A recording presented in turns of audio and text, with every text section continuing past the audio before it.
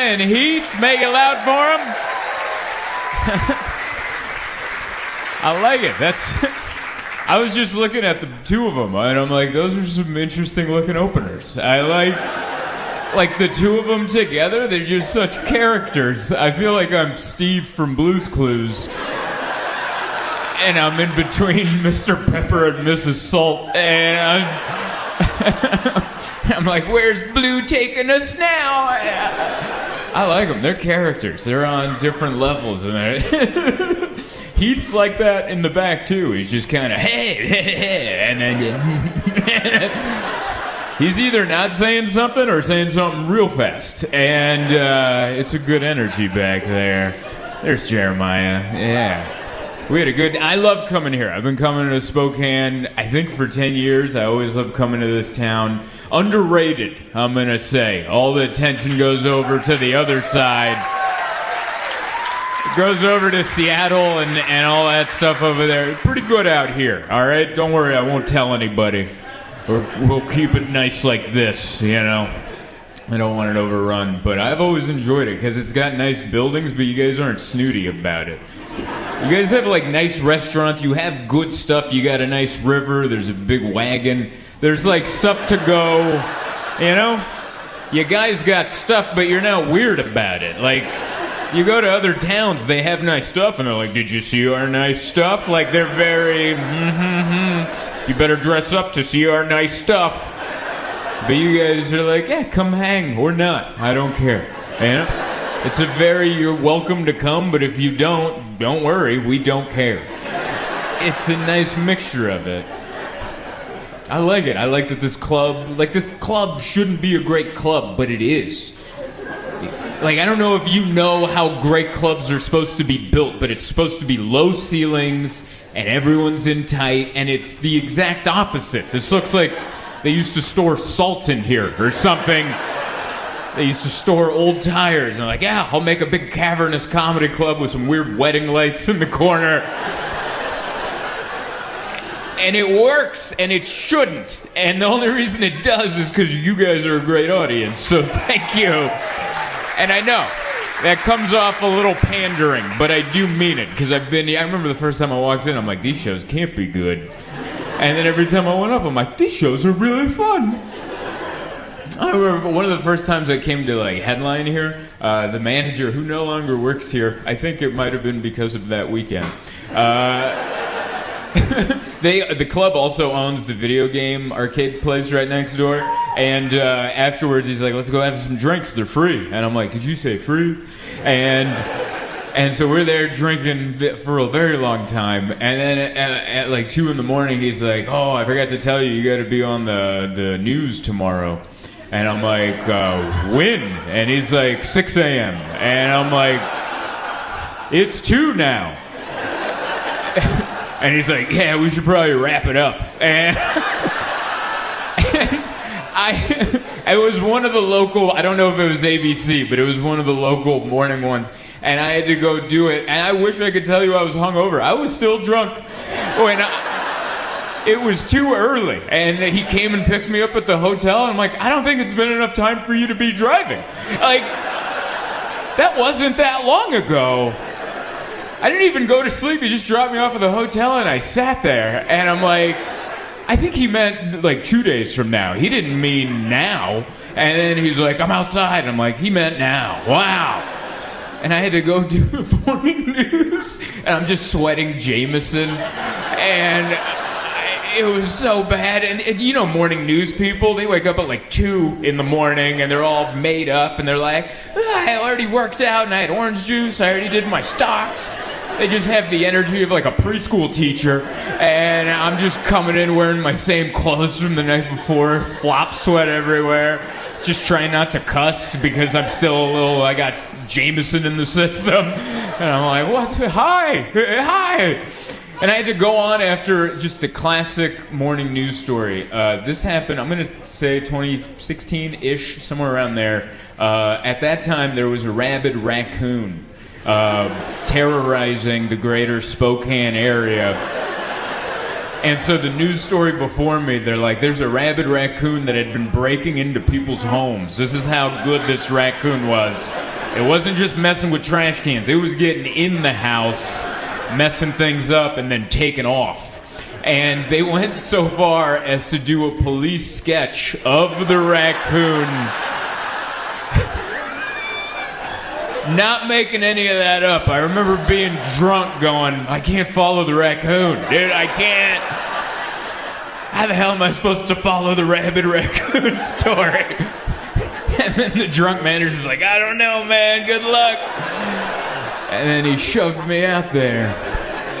And I don't know where that guy is, but I think he's doing good.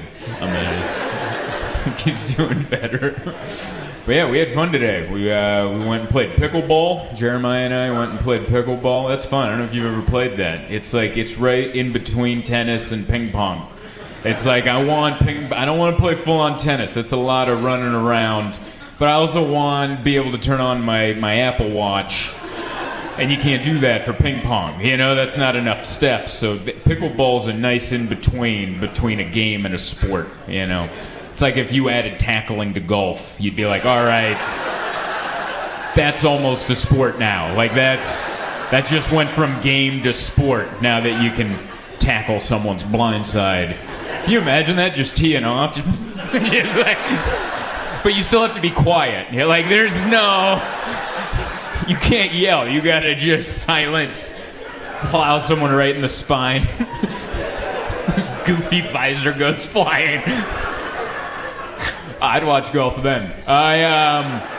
Anyway, we went to go play pickleball. It was awesome. It was still pretty hard, quite honestly. And there was like a jacked up couple on the next court over, and they were just like in too good a shape. That like CrossFit shape where like we work out in a gym with nothing. We just throw tires around and we climb the walls like Spider-Man. They don't even have a pull-up bar. There's just a ledge in the brick, and you're like, yeah, I do finger pull-ups. Every jar in my house is open, baby. Like these are. It was like and it was just me and Jeremiah, and we're playing, but we're like lobbing. We're having a friendly game, and they're over there like there's a championship on the line. And then Jeremiah and are like, hey, good one. That was nice, But that's how I like to play. I don't like to play sports with people that are too competitive, because I got another buddy, Dustin, and I played tennis with him once, and he's like competitive, And I remember I thought we were just gonna lob it around, And he just first shot, he just rips it like over my head, and I'm like, what? Why are you playing dirty, dude? Like what? And he's like, what are you talking about playing dirty? I'm like, I'm not over there. Like, just hit it to me, dude. What are you making me run around for? I thought we were just slapping it around. What are we, in our 20s? Come on. Because that is what, now when I do like a sporty thing, I remember my injuries. Like that's what I did. I ran a little too much, and I felt my knee go, hey, and I'm like, oh yeah. So the next time it came around, I was just like, that's your point. Like there's less like, yeah, and it's more like, ooh, yeah. Because I'm here in the cold. I grew up in San Diego. I'm used to warm weather, and the cold reminds you of all your injuries. Like, I got off the plane yesterday. I don't know what the temperature was. It was cold. It was like in the 40s or the 30s. It was enough to where my breath was visible.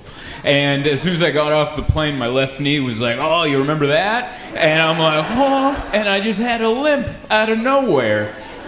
It reminded me of an injury that I didn't remember getting. Yeah, we had a good time. Played pickleball. Then we got a burger over at Zips. Went to Zips. Went to Zips. It was a good burger. We went to the wrong location. You know which one I'm talking about. Jeremiah just put it in his phone, and I'm like, this is it? And he's like, yeah, it's supposed to be the best. And it looked like they didn't want us in there. Like when we walked in, it looked like we interrupted a meeting that had nothing to do about Zips, And they're like, what do you want? And I'm like, cheeseburgers. And we ate the burgers. The burgers were delicious. And I'm like, let's get the hell out of this neighborhood. This looks like a drop site. Like, let's get out of here. And then we were going back to the hotel, and we passed the good one. Like, the nice one There's like families in there. There's kids giggling and coloring juicy burgers. And I'm like, why'd you take us to the methy one? What? That should be on the Google. Like, hey, dude, are you trying to order off menu? Because if you're not, you shouldn't be going to this one. All right, they'll sell you some dust on the side. But yeah, that was fun. I'm staying over at the Davenport, that's where that very nice hotel, too nice. I was in a robe and in the afternoon. That's a weird feeling, right? Just being in a robe in the afternoon. You're like, well, I'm done, right?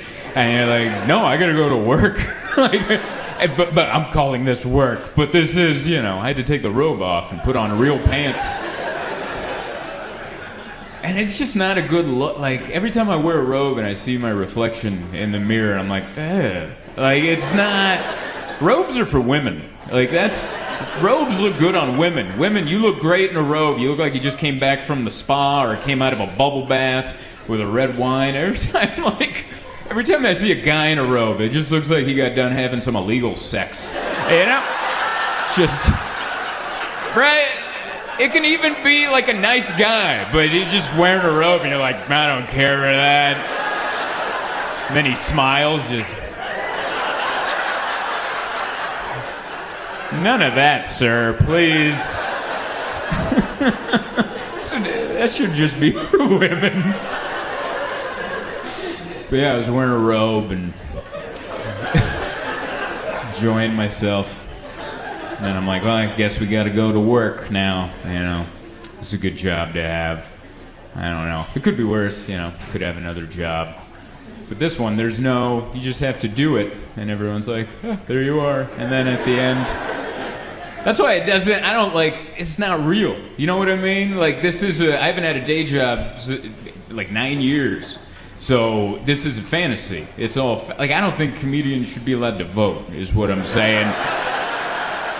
Because we don't live a regular life. I slept until 11, I played pickleball, we had the wrong cheeseburger, and then I wore a robe, and then I'm like, guess I better get to work. It's a fake life. It's not real. Very happy to have it, but it's not real. That's not a way to live. And I voted. They let me vote, And it's fun, man. I was watching, the news is interesting again. I like that. I don't know if you've been keeping up with the cabinet picks. They've been coming out. Have the cabinet picks always been this entertaining? I've never paid attention to the cabinet picks, and now I'm like, who? For what? Oh my God. I feel like it should be a game show. I feel like they should reveal the cabinet picks like they showed the judges on The Voice, Like the chair spins around, And up next, the Department of Education, Linda McMahon. And you're like, what?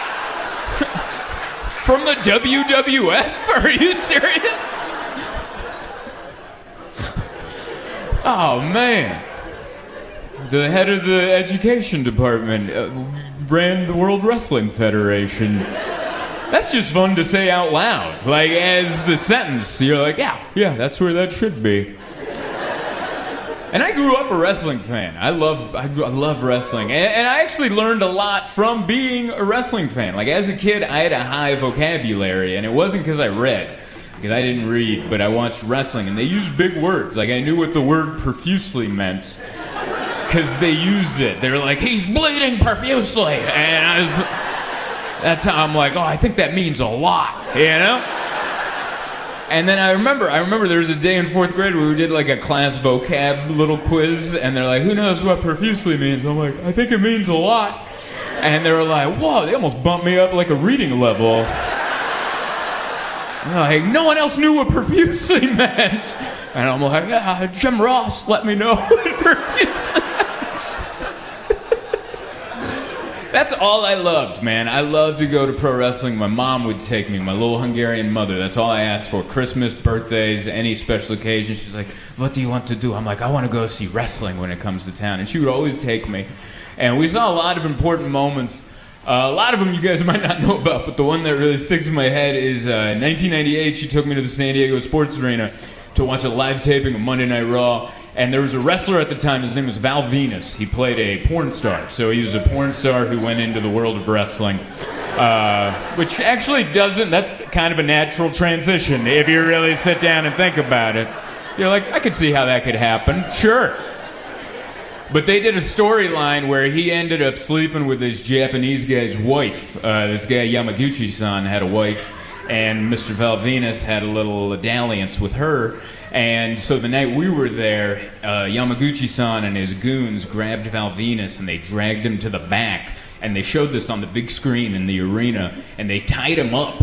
And they pulled his pants down, so it was like butt cracks right in there. And Yamaguchi-san took out a giant samurai sword, and he went yeah, like right, just yeah, and the screen went black. And I'm just sitting there with my Hungarian mother, and my mom's like, "They cut the wiener?" Like she.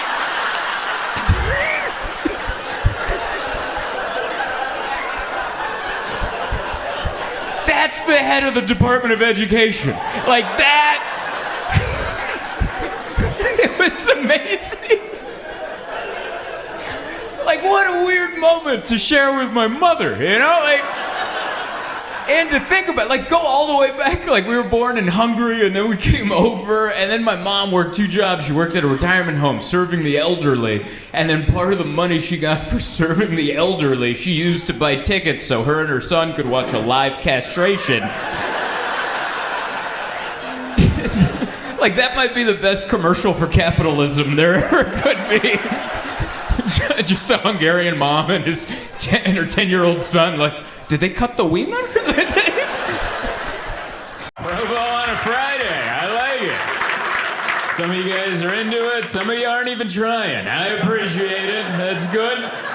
Pointing out the faces. I like it. It's so nice to be back in Provo. It's my second time here. I'm glad nothing's changed. It's just a bunch of people that look like me in this town. Very friendly, also awkward. Also awkward. Everyone has a twinge of definitely homeschooled in this town. There's nothing wrong with that, but we can tell. It's a lot of very friendly people going, hi, and then nothing to add. And then they don't know how to leave. They're just, hi. And then we're just there, oh, bless your heart. A sweet, sweet young person. So good to be here. Last time I was here, it was my first time, I think, in the state of Utah. So I didn't know much about Utah. I just assumed what I think everyone thinks about Utah, that it's just all a bunch of religious people. But since then, I've been back a lot, and I've learned that it's not true. There's 2 groups of people in Utah. There's very religious people and heathens.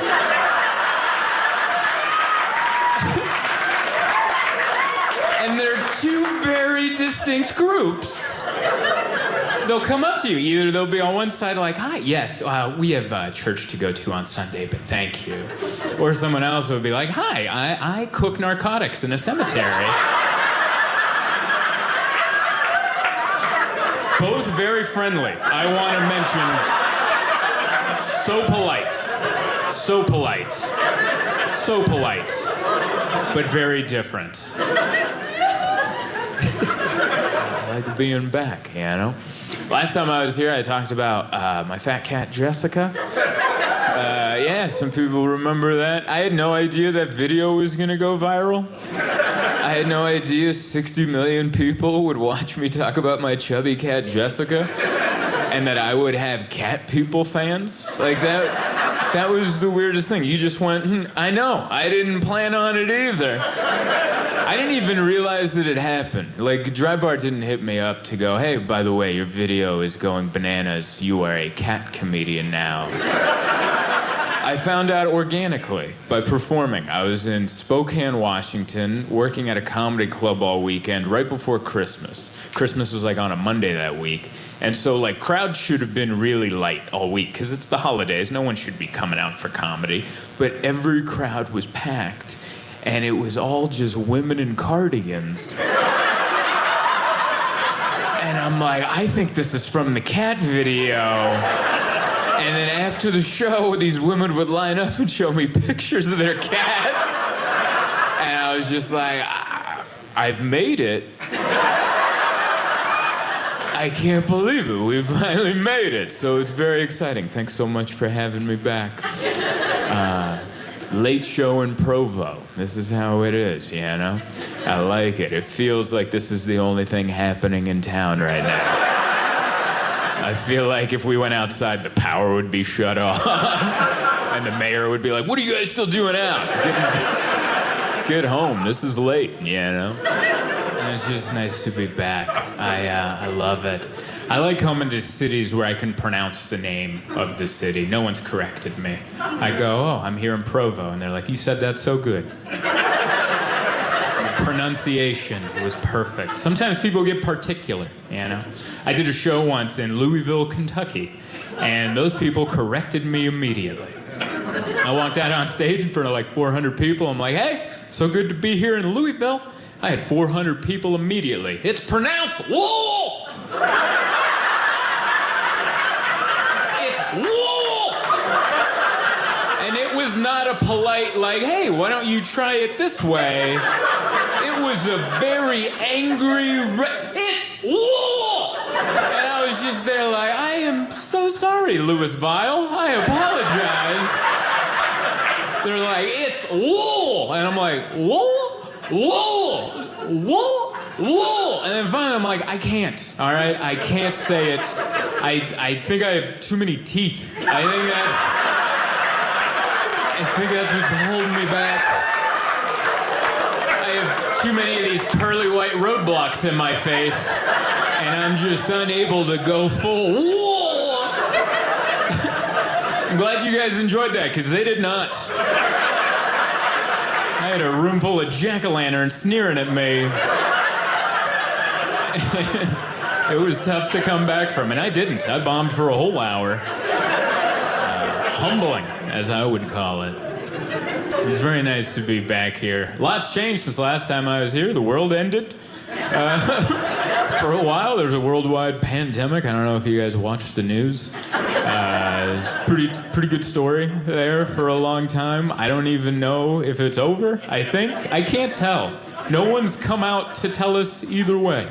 I feel like Greta Thunberg should come out and just give us good news for once in her little life and be like, hey, I know I'm like the groundhog of bad news, but the pandemic's over, everybody. I think she should be the one to tell us. She should be given that honor, but I don't know. I thought the pandemic ended in March of 2021, and I actually declared that it was over. I yelled out loud. I declared the pandemic is now over. I have no jurisdiction to do that. But I saw so many other people yelling craziness about the pandemic that I felt left out, all right? But I really thought the pandemic was over in March of this year because I was flying home from Kansas City, Missouri. Yeah. Oh, are you? Okay. I've never, all right. Yeah. They do have an airport. You all right? I was flying home from Kansas City, Missouri, and across the aisle, this lady had the whole row to herself, and she laid down, face down, into the airplane seat cushion. Just face right into it. No pillow, no rolled up sweatshirt, just face into a seat cushion. And I was looking at her, I'm like, yeah, I think the pandemic's over now. But it is not. There is more. Man, this pandemic, it's just, I don't know, a bunch of craziness has happened. Feels like a Super Bowl halftime show. That's what it is. Like a really long one when we're at home and we're just like, yeah, I guess this is entertaining. But when can we go back to the thing we showed up for? You know? It's definitely entertaining moments, but it's a little long in the tooth. Yeah? Wrap it up. I miss this. I miss doing comedy in front of people. Like during the pandemic, I didn't stop doing comedy. I was doing comedy on Zoom. I don't know if you guys, Zoom, the meeting app? That should have been illegal. But they let us do comedy on Zoom. If you don't know what that is, comedy on Zoom is exactly what I'm doing right now, except I would be doing it in my living room, doing it into my laptop screen, which hurts my heart just to talk about. Here's something you might not know about comedians, but if we bomb at a venue, we just don't go back to that venue, all right? There's plenty of bars and restaurants I've never stepped foot back into in San Diego where I live because I bombed there, and they've offended me. And when I drive by, I give them an ugly look, all right? Because I remember that they hurt my heart. But during the pandemic, I was doing comedy on Zoom in a place I pay to live at, so I couldn't even leave. The next day, I would just wake up and I'd make coffee in the morning, like, yep, that's where it happened. That's where I lost my dignity. Now, when I did Zoom comedy, I did try to make it feel like the real thing. So what I asked was for everyone to put their microphones on so I could hear the laughter. So it was like this. And I remember in December, I did a company Christmas party at 1 in the afternoon, which that should have been illegal, all right? Nothing is funny at 1 in the afternoon, okay? You can't do comedy at 1 in the afternoon. God's watching, all right? It's meant to be done at night in secret, you know? That's what comedy's meant to be. But I was doing comedy at 1 in the afternoon, and I asked everyone to put their microphones on, and there was an older lady in the audience. I could tell by her voice. She didn't have her video on. It just said Nancy on the screen. And she had her microphone on, but I don't think she meant to. Because like 2 minutes into my act, I hit a punchline, and everybody laughed. And for a second, I'm like, all right, this feels good. This feels like the real thing. And as soon as the laughter died down, Nancy, who doesn't realize her microphone's on, goes, I don't know how much more of this I can take. I gotta get to Costco. Really taking the wind out of my sails right now. Man, I do not miss Zoom. I did another company Christmas party that same day, and you know how you can see the other members of the meeting up at the top? I had someone leave my show by closing their laptop screen. Do you get why that hurts? Like, they just I saw them make the decision and execute. Like, it's dark in here. I can see the first few rows, but if someone in the back was like, I can't stand this, I gotta leave, I'll never know. And I'll leave tonight going, I had a fun show. But this person just looked in my soul and went, that's about enough of you. Do you get why that hurt? She didn't leave the meeting. She left technology.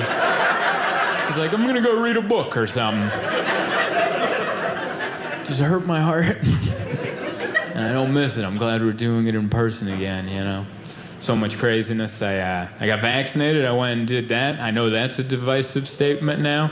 I know, don't even woo or boo, because then next thing you know, that energy's gonna build and we're gonna be at the Capitol just yelling a bunch of nonsense. Don't do anything. That's what I've learned. The riot at the Capitol, that was wild. I watched that on TV because I was like, oh, I'm gonna watch them count the electoral votes. And halfway into it, I'm like, this is boring. And I actually tweeted, this is boring. And as soon as I hit send, it became not boring. It's like the universe was like, Zoltan is bored. We'll fix that. Send him in! I don't know if you guys watched it like I did, but I was just watching on TV, and then all of a sudden, all the people I deleted off of Facebook showed up on my TV screen. And I was like, what? Is that my uncle? I haven't seen him in a long time. Why is he dressed like a yak?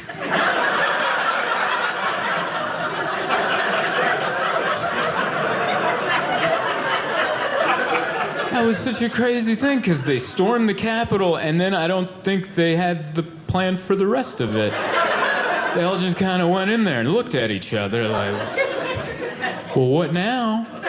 And then one of them went, selfies? Should we take selfies?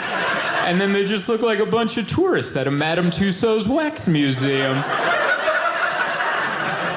It was fun to watch. It was more entertaining than the electoral votes being counted. I'll give them that.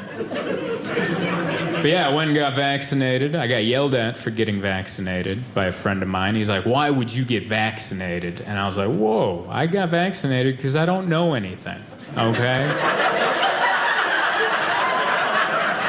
I I never went to college, okay? I graduated high school with a 2.75 GPA. Average, okay? Average intelligence is what I have. And a bunch of nerds popped up on my TV, and they're like, you should get the vaccination. And I was like, okay.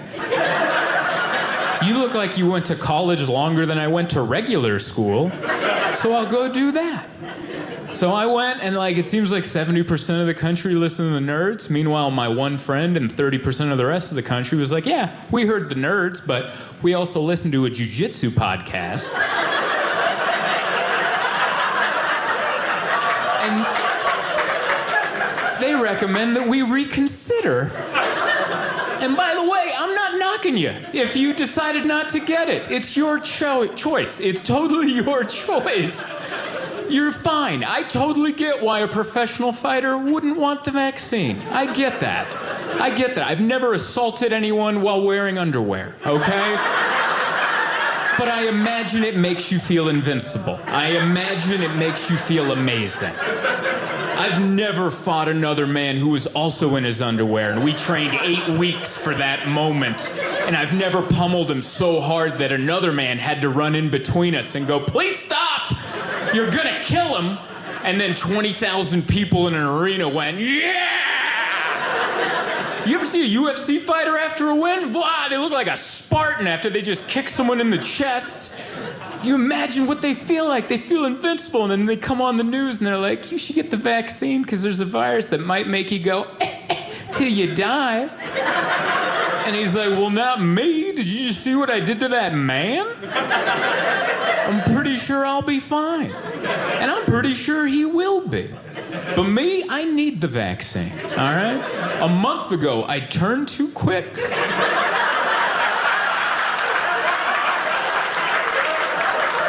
Oh, we got some quick turners in the audience? A month ago, I was at a comedy club, and there was a waitress right around here I didn't see, and I turned too quick, almost knocked into her, stopped, and I pulled a muscle in my neck that ran down into my shoulder, and then for the next 2 weeks when driving, I had to change lanes based on faith, all right? There was no checking a blind spot. I was like, we're doing it. I need the vaccine. 2, maybe a booster, okay? I need it. I am not equipped to survive. So wild how everything turned out, man. I really thought this virus was gonna bring us together. What an idiot. That was a real thought that I had. I told someone, March of 2020, they're like, how do you think this is gonna pan out, Zoltan? And I'm like, I think this is gonna bring us together. What a stupid statement that is. That is really what I thought. Because I remember there's a famous quote that said, sometimes to bring 2 adversaries together, you need a common enemy. And then the virus showed up, and I'm like, all right, we can hate that together. And we did for 3 days. Remember that? We had 3 days in March of 2020 when we were like, we're in this together. Remember that? Celebrities on their phones, we're in this together. I was at home going, yeah, you're in a mansion, but okay, yeah. I don't have an infinity pool, but yeah, we're in this together. But we were in this together for 3 days, and then the 4th day, someone's like, that virus is a Democrat, and it was over. It was done. We make the virus political, which that hurt my heart, because that means we're never gonna come together, ever. If the aliens ever do attack, we're not gonna band together to fight the aliens. We're just gonna go, let's see how they vote in November. These guys might be all right. Yeah. It's wild. It's funny how quick it got crazy, too. It wasn't long after the lockdown. We were fist fighting over toilet paper. Already. 2 weeks in, I remember there's a guy who trended on Twitter because he threatened to eat his neighbor. Yeah, 2 weeks in. That's too soon. There's plenty of food at Costco. Calm down. But yeah, there's a guy on Twitter. He had a video, and he goes, I'll eat my neighbor. And that's what he sounded like. He sounded like an outboard motor without any gasoline in it. But you tried to start it anyway, just... That's what he sounded like. I'll eat my neighbor. And remember seeing that on Twitter, and the only person I could think about was his neighbor. Can you imagine being that guy's neighbor? And you're just scrolling Twitter? And you're like, whoa, honey, look, it's Jim from next door. He's gone viral. What's he saying?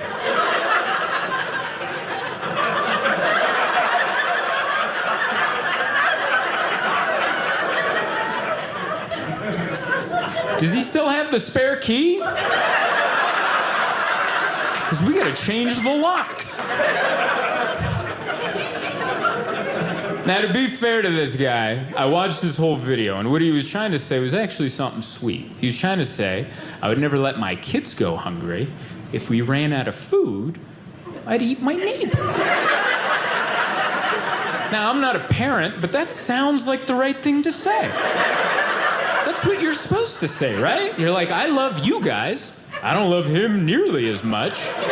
If we run out of food, we'll just eat him. I think that was the right thing to say. But I was thinking about me as a kid. I'm like, man, I was a picky eater. I'm pretty sure you couldn't just drop Mike from next door on the table and be like, bon appetit, and then just, I'm gonna be sitting there going, we need some sriracha, all right? We gotta spruce this up a tad. So wild. So yeah, I ended up getting the vaccine. Nothing crazy happened to me. I got sick for a couple days. My poor fiance, she ended up having a panic attack after her second shot. It wasn't her fault. She had a nurse that actually told her, hey, it's my first time ever given the vaccine. Which, I don't work in the medical field, but that sounds like stuff you learn day one. You don't tell anyone it's your first day doing anything. You lie to that person, and you go, I'm the best there's ever been. But that's not who she had. She had a nurse. She's like, hey, it's my first time ever given the vaccine. She starts shooting off syringes. Like Yosemite Sam, like, let's get this vaccine going. And my fiance's like, huh? And then she stuck her with it. And then she pulled it out, and then she left her thumb on her arm for an uncomfortably long time. Like, long enough for her to go, is everything okay? And she goes, what? Yeah, everything's good. You're just bleeding a lot more than I expected. And then she yelled over to another nurse. She's like, hey, can you get that gauze? Just bring the whole box. So they wrap her up, they move her off to the quarantine area. It's so full, we're not sitting next to each other. So now she's texting me everything I just told you guys. And I'm texting her back, you're fine, everything's good, I'm sorry that happened to you, that sucks, but you're totally fine, don't let it go to your head. Because if it goes to your head, then you won't be fine. And she goes, you're right, I won't let it go to my head. I'm like, yeah, you're right on. And then 3 minutes later, she texts me, she's like, it's in my head. And I'm like, are you okay? And she goes, no, I'm dying. And I was like, that's quick. That's really fast. But I'm like, don't worry, baby, I got you. So I sprang out of my seat like the hero that I am. I ran, I found someone who looked important. I'm like, excuse me, my fiance's dying. The vaccine did it. Bring everybody. I know how to get help. You have to yell. So that guy got a doctor, a nurse, and like a third guy in a suit. I don't know who that guy was. I think he was just a PR guy for Moderna. Like, he just kept very loudly telling my fiance, no, honey, you felt like this before you got here. Just to, like, calm everybody else down, because they're all looking at her like, what's in this stuff? And then the doctor comes by and takes her blood pressure, and he goes, wow, your blood pressure's really low. You're about to faint. And I looked at him, I'm like, what is wrong with you people? Lie! This isn't the time for the truth. Lie! Why would you tell someone they're about to faint? Lie to them and go, you're doing great. You're doing so good. What? I'm not bracing for anything. You're doing great. Not this guy. This guy's like, you're about to faint. And she's like, I feel it. And she starts melting down. We ended up having to take a wheelchair from an elderly person. That also happened. Apparently they only had one wheelchair on the entire premises, and they gave it to an elderly lady, and they ran up to her going, you gotta figure your legs out, ma'am, because this girl needs it. So we booted a senior citizen. After about a half hour and a few bottles of water, she started to feel better, and the doctor goes, we don't like to say this in the medical field, but you had what they call a panic attack. You're totally fine, it was just in your head. You're good, you can go home. And on the drive home, she was like, I'm so embarrassed. I got a panic attack in front of all those strangers. And I'm like, you shouldn't be embarrassed about that. Same thing would have happened to me. all right? If I sat down and the nurse was like, it's my first time ever given the vaccine, I would have been like, no, it won't be. Because I'm gonna wait. I'm gonna wait for anybody else. Anybody. I don't care if it's a nurse. I'd rather a junkie from under the bridge give me my vaccine. Is there anyone here with some experience with needles? I'll take anybody. I'd rather a junkie just come up and go, I got you, baby, and then just hit me with it. I'd be more comfortable with that than, it's my first time ever. I'm not going on your wall. I'm so good. I did spend a lot of the pandemic working on myself. I think a lot of people did that. I don't know if you guys can tell I'm trying to stand up straight. I started working on my posture because I got an ad on Instagram that was asking me if I was slouching too much. I was just scrolling. They're like, are you slouching right now? And I looked in the mirror, and sure enough, I'm like this. And I'm like, how closely are you watching me? But what they were trying to do is sell me these rubber bands that go around your shoulders, and they make you, stand like a guy that you hate. You know these dudes that just come into a room all shoulders and Adam's apple everywhere they go? No one likes that guy. His name's usually Trevor or something. You know the guy. He runs a CrossFit gym. I don't know if this is hitting too close for anybody. Just come on. So I almost bought these rubber bands and make you stand like a Trevor. But I didn't, because I'm like, I have mental strength. I can just remind myself to stand up straight. So that's what I've been doing. I've just been standing up straight. And you know what I learned? Standing up straight hurts my back. Like right now, this is very uncomfortable. Right where all the bones meet, pain. You know what feels good? This right here. This right here has never hurt me once. Never once have I been like this going, ooh, we gotta straighten out. I think this is where we're supposed to be. You know who I think had it right? That dude in the middle of the evolutionary chart. You know what I'm talking about? The cavemen. On one end, there'd be a guy crawling, and at the other end, a Trevor just walking all upright. But if you look in the middle, there's just a guy with like a healthy slouch. I think that's where we're supposed to be. In fact, if you see a guy with this slouch, this is a good guy right here, all right? Befriend this guy. This guy will pick you up from the airport, okay? He'll be early. He'll have Starbucks ready. This is a good guy. This dude, he will try to date your girlfriend when you're gone on that trip. Not a great guy. I think I'm just gonna accept my curved spine, because I'm body positive. I love the body positivity movement. I'm not gonna live up to Instagram standards of spinal cords. Mine has a bit of a hitch in it, and I'm gonna love it. I love the body positivity movement. If you guys don't know what the body positivity movement is, that's where your body kind of sucks, but you love it anyway. What a great movement. Why would you hate your body? You love it. That's the one you got. You're like, yeah, but that guy's got a better one. Yeah, well, that guy sucks. You got what you got. You might as well love it. I wish body positivity was around sooner. I could have used it when I was a chubby kid growing up wearing a t-shirt in the pool. I could have used it then. I could have used body positivity then. I thought I looked slim, and you know I didn't. That was the chubbiest I ever looked. I would just come out, the shirt would be hugging my voluptuous curves. Not anymore, I'm body positive. I was at the beach last week, I took my shirt off. I don't care if my nipples don't match. I'm out there. Body positivity. My only knock on the body positivity movement, and I think it will evolve over time, but I hope one day body positivity can move north to include the face. I don't know if you guys have noticed, body positivity seems to cut off right around here. Right around here. Here down, you gotta love your body. That's your body. From here up, oh yeah, you gotta fix that.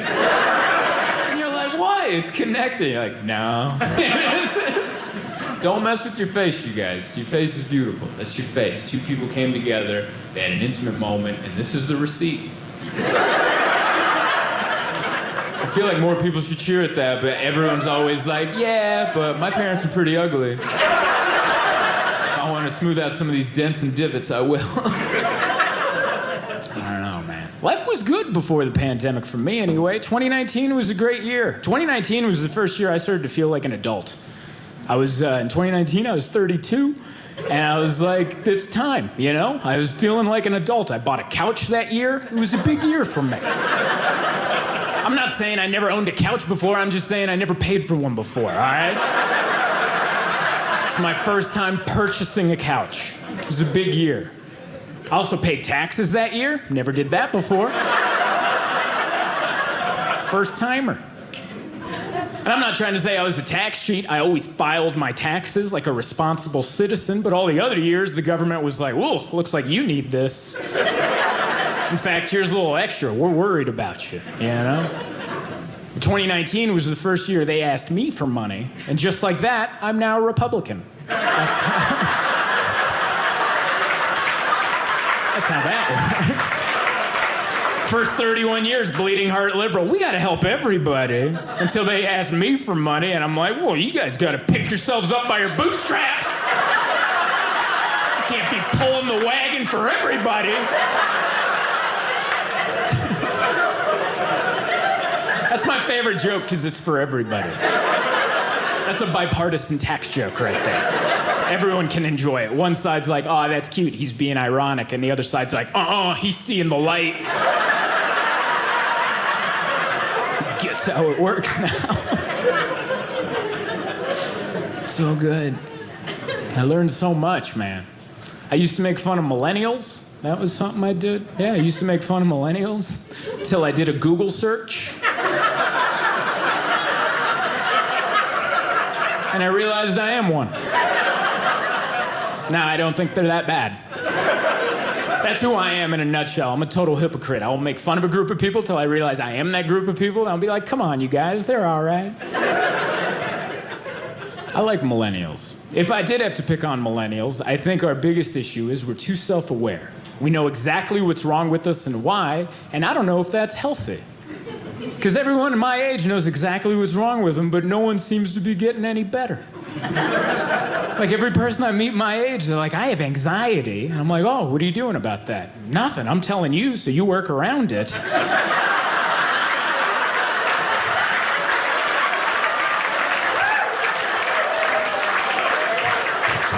It's like, no, you did half the job, you identified it, but then you gotta, you know. Everyone knows why they have anxiety. And they'll tell you right away, right when you meet somebody. I have anxiety because when I was 8, my brother locked me in a closet, kept me there all weekend. It's like, that's too soon. That's for tomorrow. That's if we talk again tomorrow. This is too soon. And it's not like we're the first generation to have anxiety. We're just the first generation to look into it. I'm sure previous generations had anxiety, but they didn't look into it. They're just like, I don't know, when I go to Costco, my cheeks tingle, and they kept it at that. They didn't have time to start digging into it. But that's who I am. I'm a millennial. I'm not manly. I'm not a manly person. I don't know if you guys can tell by my build. I'm not manly. I had someone recently ask me if I could change a flat tire, and I'm like, why would I even try? Why would I even attempt that? I have AAA. AAA. Get AAA. If you don't have it, get it. It's $50. $50 a year. You get a flat tire, one phone call, a real man shows up. And he does it all while you stand safely off to the side. Sipping a latte, making small talk, like, oh, is that a torque wrench? Yeah, all right. And that's all you have to do. Someone asked me if I could change my own oil. Again, why would I even try? I don't even know where that hole is. And also, how well do you think I'm doing that you think I have a pit in my driveway? Because that's how I get my oil changed. You drive it over a pit, and there's a troll down there that has to... No one knows that guy. That's someone we keep down there. Sweep snacks down there for him. He doesn't get to live in society with us. Yeah.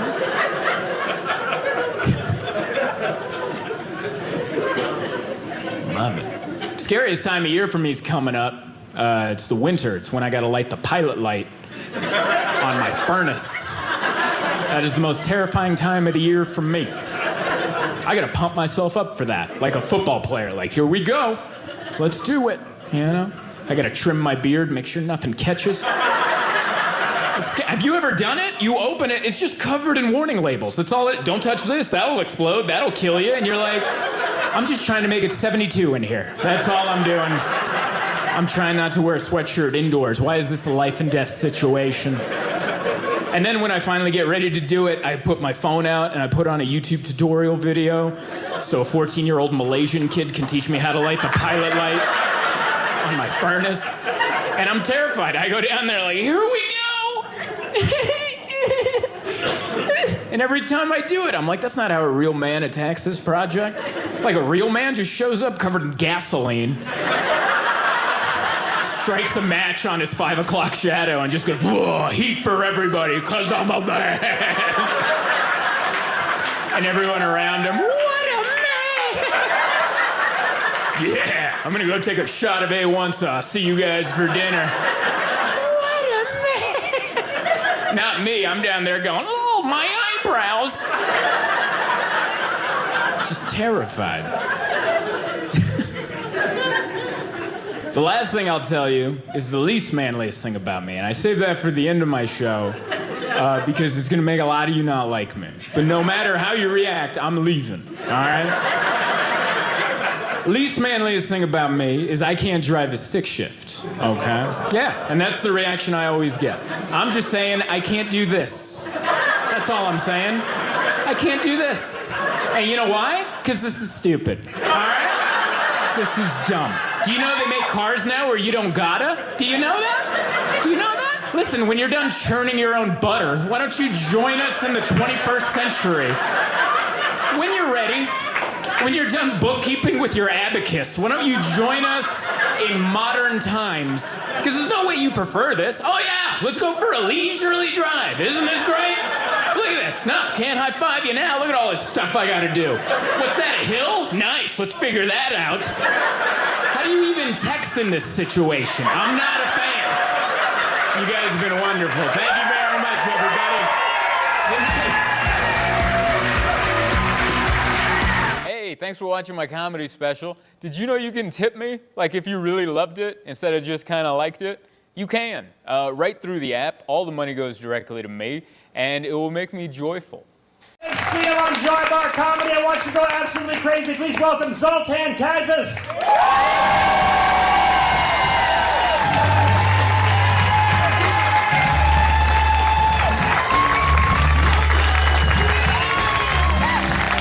What is up, everybody? Stood up. Thank you. That was so respectful. It felt like an ex-president right there. That gentleman stood up and clapped for me. Oh man, I'm kind of nervous now. Like I don't want to let that guy down now. Good Lord. Thank you, everybody. One more time for Jeremiah and Bob. Make it loud for them. So nice to be here. This is my first time here in Eugene. I've missed Eugene, Oregon on all my trips, and I'm glad it worked out. I've done Albany, Oregon. I've done that. That is how the show went. I've done that one. I was at a bowling alley, and I stayed at the Phoenix Inn next to the adult shop right off the freeway. Exactly, yeah. That hotel came with the gig. In case you're wondering, like, why'd you pick that one? That's the one we wanted to pick, yeah. And then they gave us free drinks and said, drive on back. Don't worry, it's not like the state troopers station is right next to that hotel.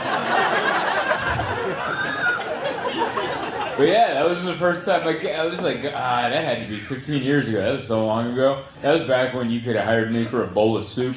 And I was just trying to be a comedian, and somehow I got this booking at a bowling alley in Albany, Oregon. I think I paid $400, and I'm like, yeah. And I got a buddy of mine, I was like, come with me. He's like, I'm coming. And he opened for me. I think they paid me $400, and that was for me and him. That was the entire show, and one room that we shared at the Phoenix Inn. And we drove in a Honda Civic from San Diego, California, all the way up to Albany, Oregon. That was once you pass, like, San Francisco, it starts getting all just... It was like moments where a buddy of mine is asleep, and then you're tired, and then you just see a semi-truck kind of weave, and you're like, oh my God! And then I'd weave, and then he wakes up, like, what happened? I'm like, nothing, man. I didn't want to tell him. You almost died. I didn't want to tell him that. And then I had those moments on that side. But yeah, that show didn't go well. I remember that. It was just a bar in a bowling alley. No stage. It was just a corner.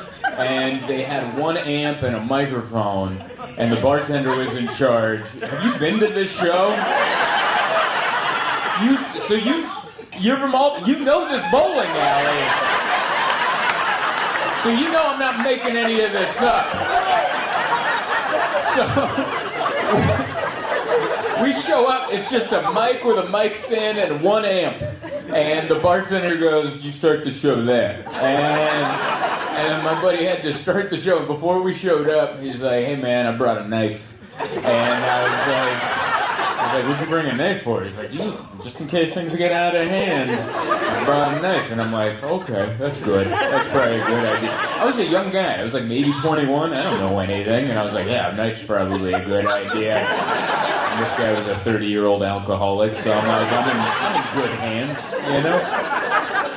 And I remember he did well, and then it was my set. I was headlining the bowling alley, and I had to go up there, and I immediately offended people because I said, I was like, well, we drove up, and it was a bunch of farmland. Your cows are looking a little thin. And that's all I said. I was like, kind of some methy-looking cows out there.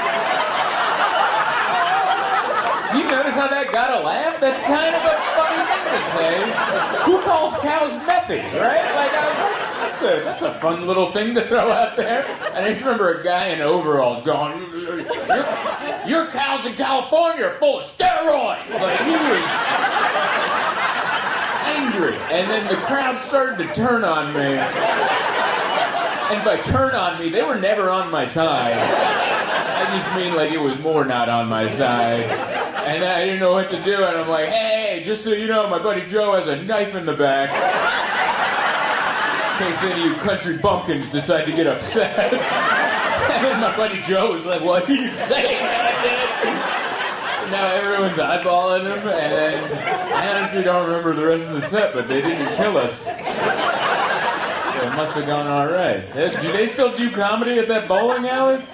All right. I'm actually happy to hear that. I am happy to hear that. Maybe my show was the last one. They're like, we don't need to do this to the good people of Albany. They don't need this. And then I got a speeding ticket on the way back. And that cost more than $400. So I immediately lost any kind of money. I don't even know what the profits would have been with gas and food and driving up from San Diego, but whatever those profits were, they were dashed. And I remember my buddy tried to warn me. He's like, hey man, I've been through Oregon, and their speed limit is 65, and they drive it. And I was like, all right. And then I'm on the freeway, and everyone drives it. You guys do follow the speed limit. But we had just had a bad show at a bowling alley. I just wanted to get home. We had like a 17-hour drive or whatever to get back home, and I'm like, I stomped that. And as soon as I got it up to 80, it was like a windy little thing, and then there was a cop, and we made eye contact. And I was like, no! And he pulled me over. I didn't even have an argument. He came by, you guys have the troopers with the hat, with the belts on the back.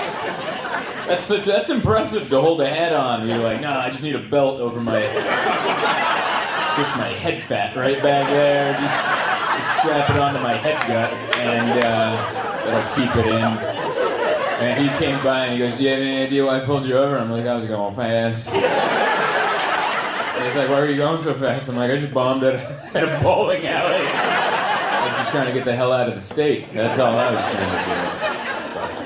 I'm glad we get another swing at it. This is already... I like Eugene. Eugene's way better than... No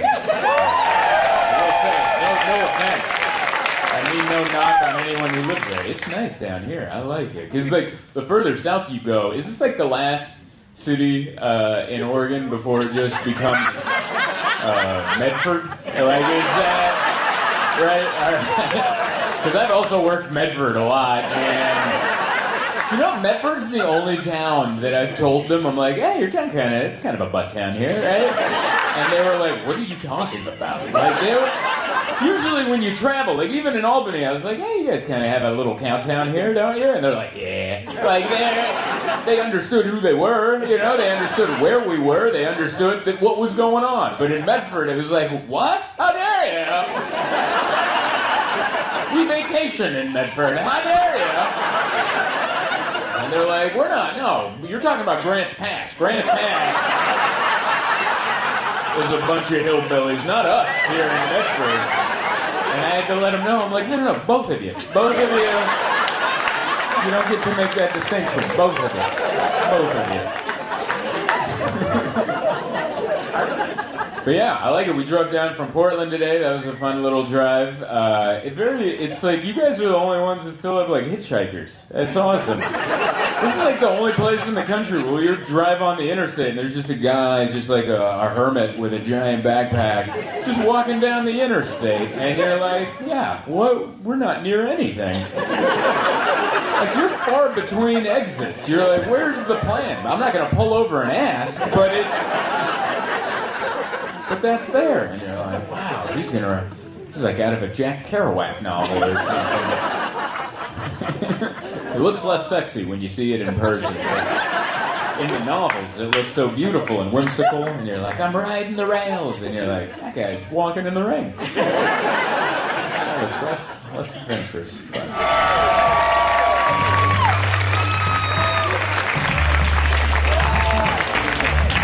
One more time for Jeremiah, everybody.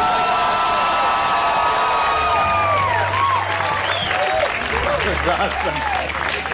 I told him, I'm like, man, it's a hot crowd. And he's like, no, it's me. I was like, that's a good line. You had one in the chamber ready to roll, man. So good to be here. Thank you guys for coming out on a Sunday. We're here. Eugene. It's beautiful, man. It's my first time here. And I don't know what's going on, but I like it. All right? I got to learn a little bit about Oregon because we started in Portland. And I've been through Oregon plenty of times, and I've pretty much learned that, like, this is the last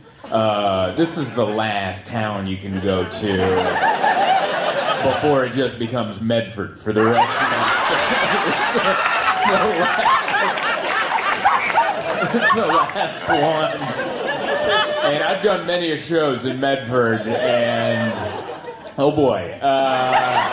And I liked it. They were just the only town that I've ever performed in. When I told them, like, oh yeah, it's kind of sucks here, right? And they were like, what? Like, because like, that's like a comedian thing. You travel around, and sometimes you're in big cities, sometimes small ones, sometimes little butt towns, and you're like, yeah, it's a little butt town out here, isn't it? And they're like, no, this is where we come to vacation. And I'm like, and they'd be like, you're thinking of Grants Pass. And I'm like, no, you both suck. It's both of you. Like, what are you talking about? Oh, yeah, they still do shows at Chadwick's Pub at the Rogue River Regency in Medford. Yeah, if you're ever there, get a room there. I've seen the police there a lot. It was always a fun gig, but yeah. I remember the one time I went, and I was like, I wanted to do something fun and educational. Like, I like to go to museums and stuff. And they had a tour in Grants Pass for, to see the river, the Rogue River, on a speedboat, like on a jet boat kind of thing.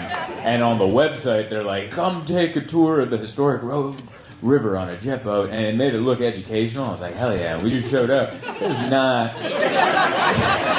It's just like a muscle car on the water, and there's a guy with a headset, and he's mainly talking about the engine. That's what he's. We got a double carburetor, 8-cylinder. Sometimes he would talk about stuff, and he's like, oh, we're gonna open up all the cylinders now. And he would point out educational stuff here and there, but it would be mostly about him doing donuts. He would yell shake and bake, and then that meant he was going to do a donut, and we're all going to get wet. And so it was bizarre. He'd just be going like, hey, oh, oh, you see there's a bald eagle right there. Everyone get your cameras out. Just get a picture of that bald eagle. Everyone get that picture? Yeah? Shake and bake! And then we'd go a little bit down further and be like, oh, you see that bridge right there? That was built in like 1852. Lewis and Clark walked over it or something. I don't know. And get a good picture of that. That's a good bridge right there. All right, ready? Shake and bake! Do another one. And then I remember it got sad. There was a moment where a little girl started crying in the front of the boat, and he was like, "What's wrong? What happened up there?" And someone's like, "She got stung by a bee." And you're like, "Oh no, don't worry, I got an ice pack." And he just passed up like a bottle. It was just a can of Bud Light that he had in a cooler. And like, he called it an ice pack. And I'm just watching this can of Bud Light go to the front of the boat, and they just held it on this little girl's arm for her bee sting. And it was all somber on the boat, and after a few minutes, he's like, "How's she doing up there?" And then there was a thumbs up from some guy in the front that she's doing better. He's like, "All right, shake and bake!" One more. And so yeah, I like all of Oregon, but there's all these, there's all these different parts. I'm still trying to get the vibe of Eugene. This is where Nike started, right? Nike? All right. Is that okay? I like it. I brought it up, and you guys were like, "We don't talk about that." All right. You guys were like, "I didn't know he was going to make it political." I don't even know if Nike's political, but you never know these days. I like Nikes. I wear those. Thank you. You guys are so jazzed for a Sunday. This is so interesting because we did this is the Late Show, by the way. I do, the Late Show started at 6:30 or 40. We did, and then we sold it out, and so that we added a 3. They're like, "You want to add a 3 o'clock?" And I was like, "Is that legal?" And they're like, "Yeah, we can add a 3." People showed up, like people like canceled their naps and canceled their afternoon naps, and they're like, "Let's go." You just pointed at 2 nappers. I love that. I was gonna take a nap, but I knew that I wouldn't wake up in time. I love people that come to see me, because that's like, I was in Portland on Friday, and we did 2 shows there, and the late one started at 9:45, and so it was very late. And I know my people, and I told them, I was like, next time I come back, this 9:45 show, we'll do it like 4 p.m. And the entire it was a theater. Like I just yelled "charge" at January 6th. There's a guy dressed like a yak, and I'm like, where the hell did that guy come from? That's what my people, we'll charge for a 4 o'clock show.